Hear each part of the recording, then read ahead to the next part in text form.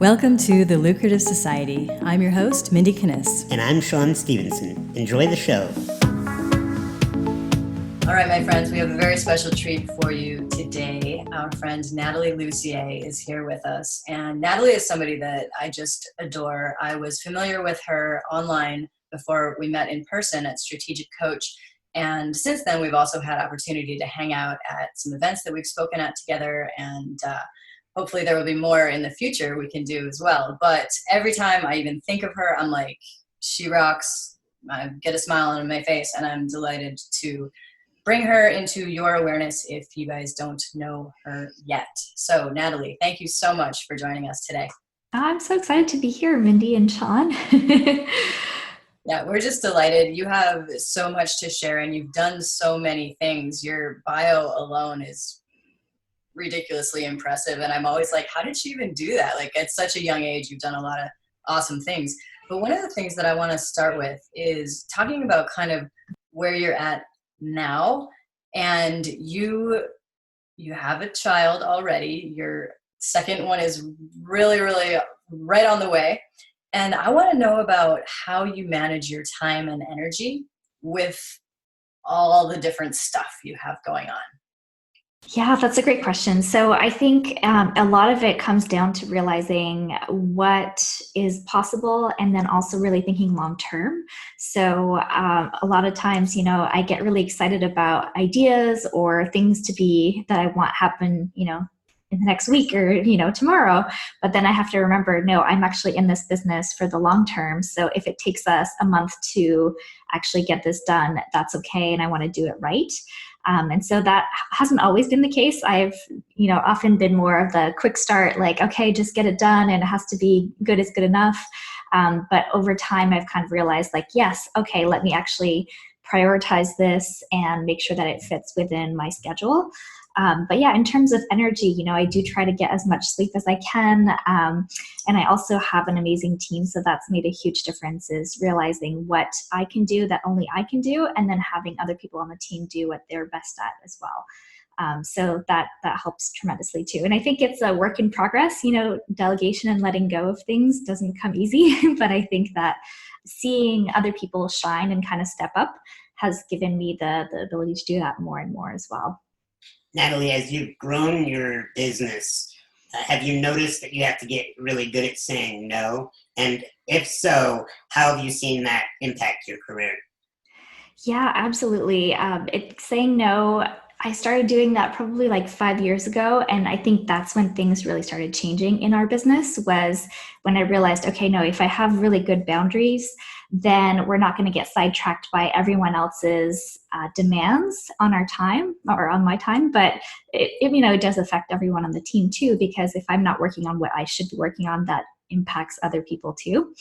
But yeah, it's definitely a muscle too. And sometimes it's like that muscle gets weak if you've got too many like good opportunities coming in. It can be hard to kind of filter them out or decide what's worth doing and what's not worth doing. And sometimes we actually have to come up with like a policy company-wide where it's just like, okay, we're not doing any affiliate things for the next X number of months, or we're not doing any events for the next X number of months, just because we have something else we're focusing on. So I try to remember, if I'm saying no to something, I'm actually saying yes to something else. And if I know the yes first, it helps me say no. But if I don't know the yes, then I just say yes to everything else. And then I end up saying no to our own company goals and projects. So it's kind of a tricky thing for sure.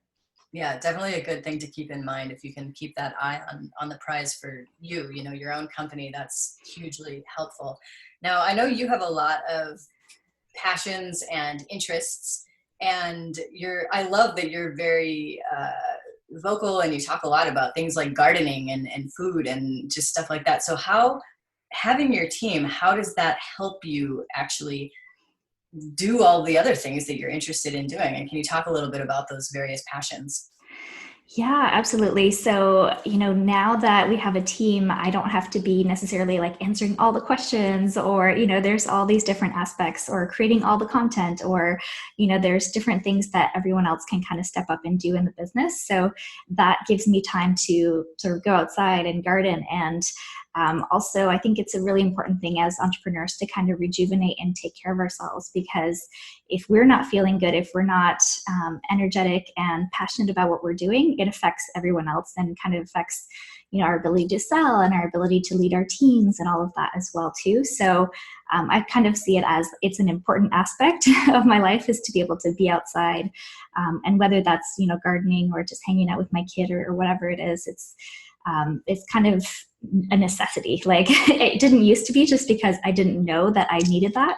But I like the quote. I think it's Audra Hepburn, and she says that gardening is believing in tomorrow. And I think that kind of like threads through the business as well, is like, how can we do things every day that kind of give us hope and give us kind of that future focus, that helps us build a business and take care of our clients and take care of our teams and continue to improve what it is that we're doing.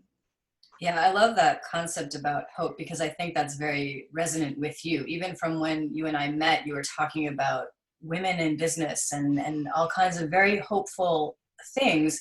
And I wanted to see if you could talk a little bit about, I was mentioning to Sean this morning that you have your heart quarters.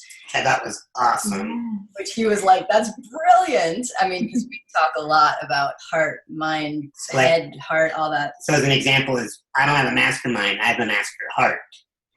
Oh, I love that. Yes. So very, very much aligned. And I wonder if you could talk a little bit about bringing those kinds of things into the business, because you don't hear that very often. Absolutely. Yeah. And I think that there are, those of us who are kind of more connected in that way, like we're kind of opening the doors for other people to be more comfortable to talk about these things and bring them into their businesses too. So yeah, for me, it was like, yeah, okay, we could have a headquarters, which is where you would have your content and your courses and that kind of thing. But that felt so cerebral, right? And so heart quarters is more about having people come in and connect and have more of that heart connection. And then also we do like heart quarterly coaching and that kind of thing. So it kind of, I took that and kind of brought it out, and then people can earn hearts. So, that's kind of the point system in our courses. So if you do a quiz or you complete a module or whatever, you can earn some points, but they're actually called hearts. So to me, that just kind of made sense. It was like, how can we make it a fun experience, an experience that's not just in your head? And that's something that we kind of build into a lot of the things that we're up to. So gardening was one of them. I've been thinking a lot about what people are curious about, and I feel like it lets us know a little bit more about them. If you could just rattle off 5 to 10 things that you are curious about, you love studying, maybe has nothing to do with business, nothing to do with your profession. What are like 5 to 10 things that you're super curious about? Oh yeah, so many things. So I definitely, right now I'm reading a book about human manure, which I know it sounds totally crazy, but basically what happens to our waste, right? So and I think about it in just a lot of different ways, like resources. Like I'm really geeking out about water too. So like what happens if like a drop of water falls onto your roof or your property? Like where does it go? What happens to it after it goes there? Like does it get cleaned and then sent back to your house?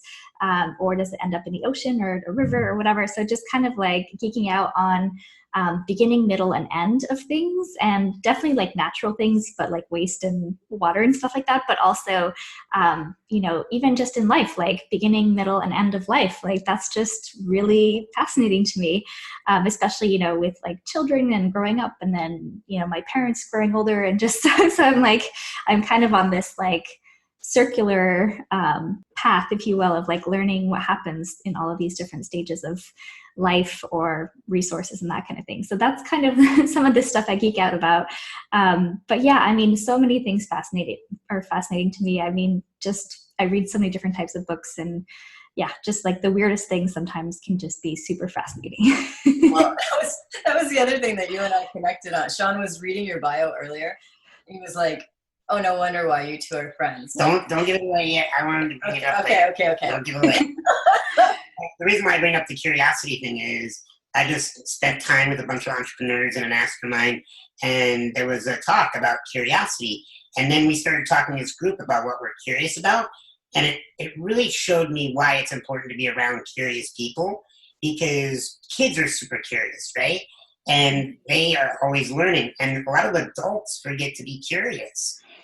But the leaders are. That's why they got to be leaders. And so what I'm really curious about with you is we have this segment that we do in every episode here, and it's built around 4 components. I'm going to walk you through each of them one at a time, and I want to know how you handle each of these components. So it's called herb, H-E-R-B, like your herb garden, and the H stands for habits. So I want to know, what are some of your habits, both personally and professionally, that you feel like have got you to where you are and maintain the success and the wealth that you have? Yeah, I think a habit that I've developed that makes a huge difference is the ability to turn off the internet and work in isolation. And that could just be thinking, that could be writing, it could be mapping out like projects or, whatever, depending on what we're working on. But just being able to block out distractions, I would say, has been monumental to our business, at least my productivity. And sometimes that means like going to a coffee shop or going somewhere else to kind of get that solo focus time, just because, there's so many distractions and so many meetings and different things that could kind of pull you off. But I would say it's kind of a muscle again. You want to develop the ability to stay focused and not like check your phone or check Twitter or check whatever. So I would say that's probably one of the biggest habits for me. But then, definitely health stuff too, like, drinking enough water, maybe some tea in the morning, different things to kind of get the day off to a good start. That makes a big difference for me too. Awesome. So moving from the H to the E, this is environment. What do you make sure is and is not in your environment? And by environment, I mean your home, your office, your car. Like, where do you physically reside? Yeah. Oh my gosh. Yeah. So clutter, try to get rid of it as much as I can. But yeah, I do feel like the colors in my environment make a big difference. So, I have a nice little purple office with plants and all kinds of things. I know. I feel like you guys are on the same wavelength there. And so I do feel like the environment that I've created in my office helps me be productive. And in terms of the rest of my home, I can kind of ignore it. So if it gets a little cluttered because, my 3-year-old is running around and like playing with stuff, as long as it's in a different room, I'm fine with that. But definitely my office space needs to be pretty clear of any like extra stuff. And that makes a big difference for me. And then car, again, I feel like that's not too bad because I don't really, I work from home, so I don't use it a ton. But yeah, my mom actually has a really funny saying about our lifestyle. She's like, you have a lot more stuff outside of your house than you have inside of your house. And that just means like trees and other random stuff that we've planted. And I think that's kind of sums up our philosophy for our environment, is like, how can we have it simple inside and then we can have lots of like stuff growing outside. Awesome. So I know you're going to love this next one because of the quote that I read from you that said, you can never have enough books. So this is the R in herb is resources, and that can include books. It can include video courses, live events. Like, what are some of the resources that you are so grateful that you came across, both professionally and personally? Oh, wow. That's such a good question. Yeah, I mean, I'll kind of start with some of the maybe more recent ones just because they're top of mind. So I really love the Story Brand course that I took recently. I think that was really helpful for kind of figuring out our messaging and just kind of clarifying what we're all about at Access Ally. Did you go through the live workshop? I went through the online course. Okay, awesome. Yeah. And I thought that was really helpful. Some of the other things, some books that I really liked were Scaling Up. I thought that was a really helpful one. Let's see, some of the other sort of classic books that made a big difference at different times in the business. So I think Ready, Fire, Aim was another really important book for me back in the day. Yeah, I feel like... Personally. Oh, and personally, yes. Let's see. I think that personally, there's been quite a few things. So Mama Gina's, I don't know if you're familiar with her, but I did her School of Womanly Arts, and that was extremely helpful to just kind of shake things up a little bit because I feel like, I'm a woman in tech, so I am kind of surrounded by this business world created mostly for and by men. So to be surrounded by 5,000 women and to be really thinking about femininity and how to be a woman kind of in this world, that made a huge difference for me as well. And then some of my early mentors are like Marie Forleo and Laura Roeder, and they made a big difference as well in just the way that I think about business and just kind of run things too. Well, as health conscious as you are, and I'm always looking to study nutrition and fitness to bring in more consciousness in that area. Do you have a book that stands out for you in that area? Yeah, I just read something that kind of changed my perspective in a lot of ways. It's called Vegetable Animal Miracle. um, yeah, and I thought that was a really powerful one. But yeah, I've read so many great books about like juicing and all kinds of nutrition, everything from raw food to Michael Pollan's books and just everything in between. I think my challenge has been like kind of finding my own style within a lot of these different aspects. But I'm also just really grateful because my husband is amazing at making food. so I feel like that makes a big difference because he has sort of a knack for figuring out recipes too. Well, that finishes out with the B in her, and that is the beliefs. What are some beliefs that you have about reality, about yourself, about business, just any beliefs? And they can also be another way of saying it's like your mindsets or paradigms, but what are some of the beliefs that you feel like make up Nathalie? Yeah, one of the ones I always come back to is ideas have a shelf life, use them before they expire. And that's something that, sometimes an idea might not be right for you right now. And so that's fine, just being aware of it. But sometimes if it is, like you want to definitely take advantage while you can. Another thing that I've been kind of playing with as a belief more recently is the idea that not all profit is created equal. And just kind of thinking about like how can we build a business in a way that serves the bottom line, obviously to kind of support us and the people on our team, but then also in a bigger context, right? Like how can we be doing good in the world and not just kind of extracting or forcing things to just be profitable, but to really have a bigger impact with the work that we're doing. So those are some of the things. And then for me personally, I think just remembering that we all have sort of this creative force, I guess, in all of us. I think that we all have this ability to do amazing things. And if we can nurture that and then also nurture it in other people, then it just kind of comes back to you multiple times. So, yeah. Awesome. Well, I love that. Of course, we are always about like, how can we do more good? Yes, profit, yes, bottom line, but really what's the impact and what's the bigger picture of what we're doing here? So totally love that. Kind of in line with that idea, I would like to know, how do you define wealth? Yes. So one of the things I would say is like feeling really resourced. So not feeling like you are, we're all interdependent, but also not feeling like you are lacking in any aspect of your life. So whether that is, relationships or the ability to put food on the table or pay rent or, the basic necessities, but then also being able to kind of have surplus so that you can give back or contribute in other ways. So it doesn't always have to be money, but I think that that is obviously one of the big ways we measure.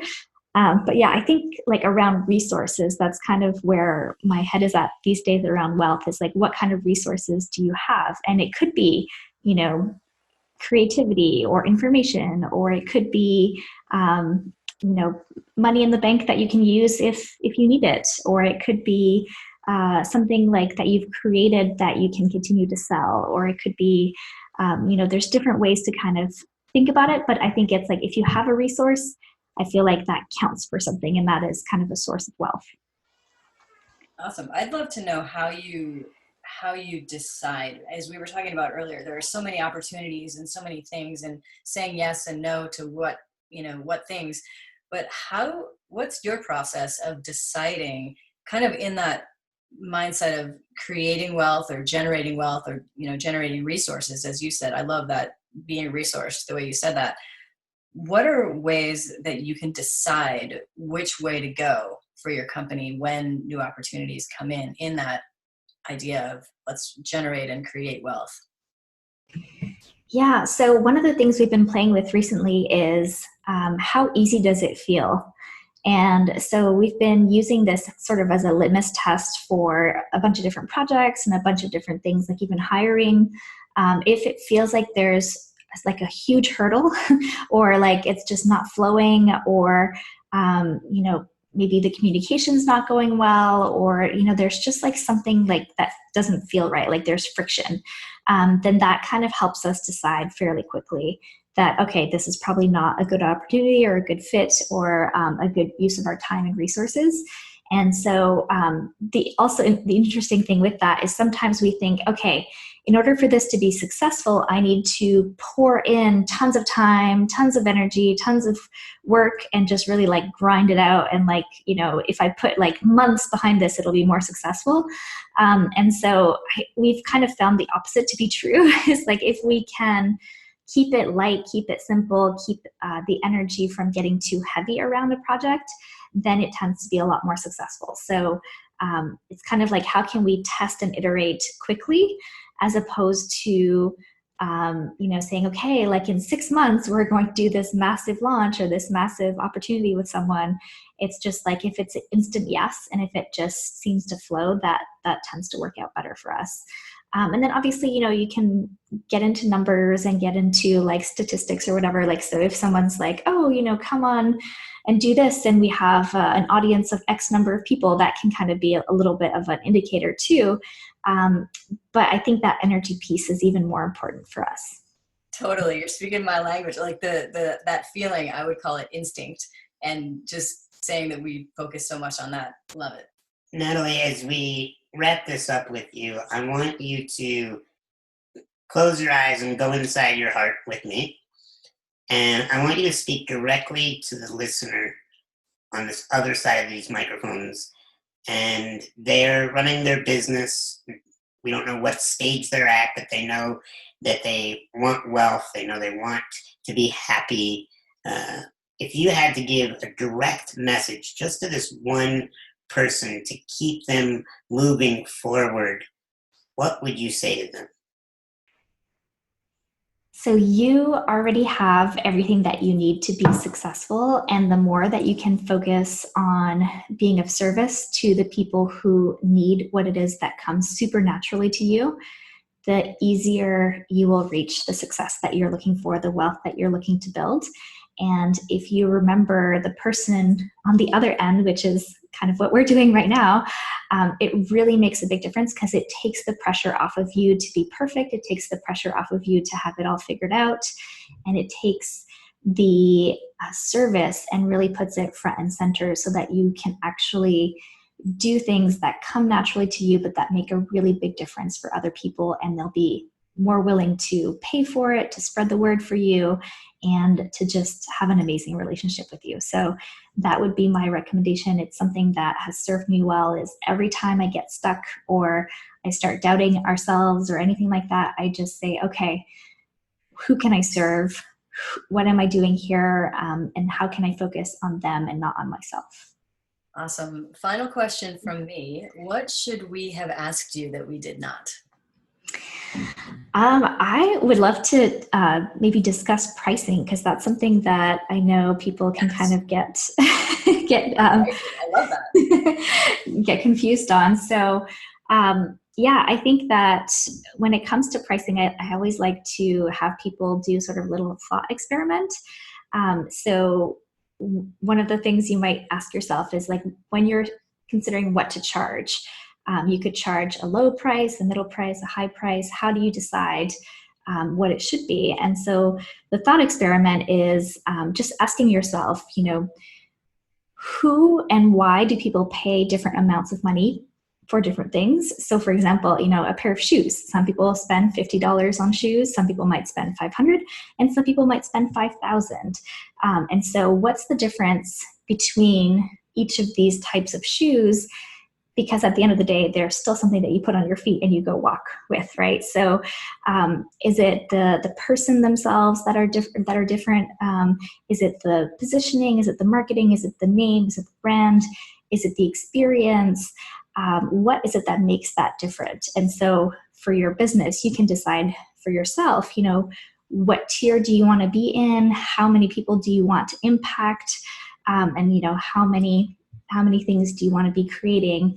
And that can kind of get you going. There's no perfect answer. I think it's just about what resonates for you. Natalie, if people want to learn more about you and what you're bringing to the world, your service with Access Ally, how do people reach out to you? Yeah, so head over to accessally.com. So that's accessally.com. Or you can also go to natalielussier.com, and you can kind of find all of the different projects and stuff that we're up to there. Awesome. Well, thank you so very much for spending time with us and bringing your brilliance to the world. Thank you. Thank you, Nat. Love you, girl. Thanks so much for listening. Make sure and subscribe to The Lucrative Society on iTunes and leave a review of the podcast. For more information on our programs, visit our website at lucra.com. That's lucra.com.